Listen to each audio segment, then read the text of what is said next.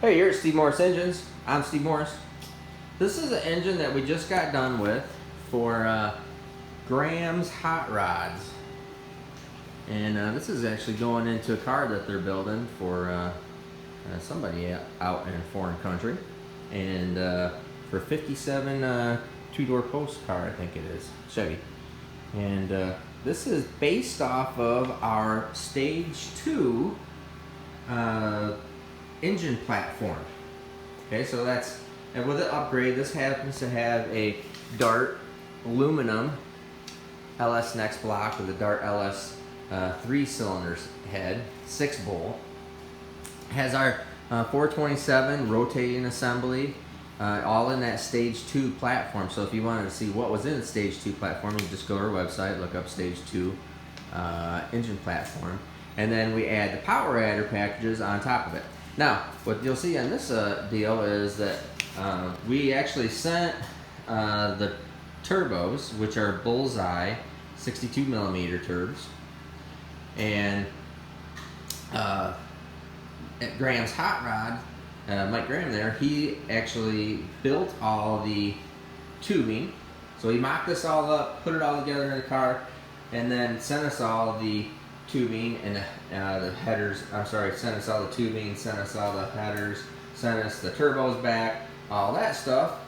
And he also sent us the intake manifold that he wanted to use on this particular engine. So you can see that that's a intercooled sandwich intercooler in there, and that works pretty well. You know, so you have a heat exchanger style system in there. So what we do is we can run that either through my jug of, or my trash can full of water. We try to maintain temperature, or a lot of times I'll put it right directly on my spigot, and then it always maintains the same temperature, just sits there and cycles through it. You can see here, this has a really nice Concept 1 front dress assembly, and you know, Mike made this pretty neat looking piece here. So this has Holley EFI, has a 160 pound/hour injector, runs on pump gas for street use and for race gas in a race mode to make more horsepower yet.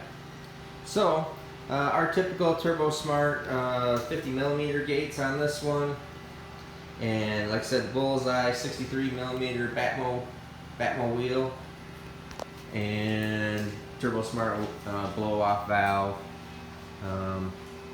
Obviously all our normal stuff. I think we have a Crowler rocker arm on this, the stainless steel rockers. I find those last much better.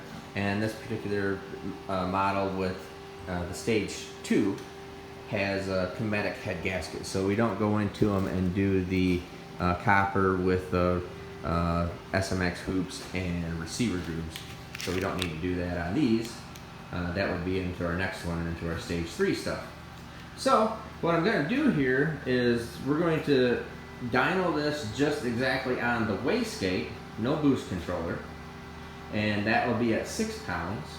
And then we'll dyno it at 12 pounds, and then we're going to dyno it at kind of a max level for what I'd like to see this whole combination at. And I'll show you all the horsepower numbers and boost numbers and all of that good jive. But pretty nice piece here, packages up really quite well. You can kind of see that, and I'll show you all the numbers.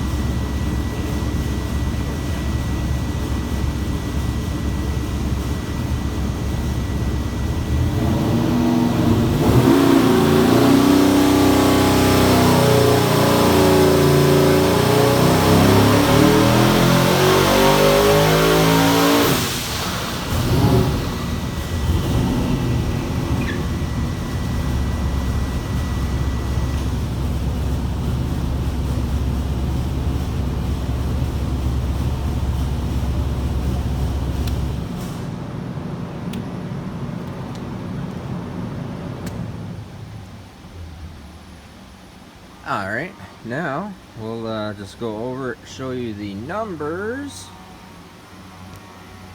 Sorry, get this thing a little jiggly. As you can see now, right up through here, this is directly on the wastegate. In fact, let me show you that real quick first. So you can see boost, fuel pressure, oil pressure. You can see right here that it actually just tickled 7 pounds right there, but it basically has a 7-pound spring in there. So it's 7 pounds of boost.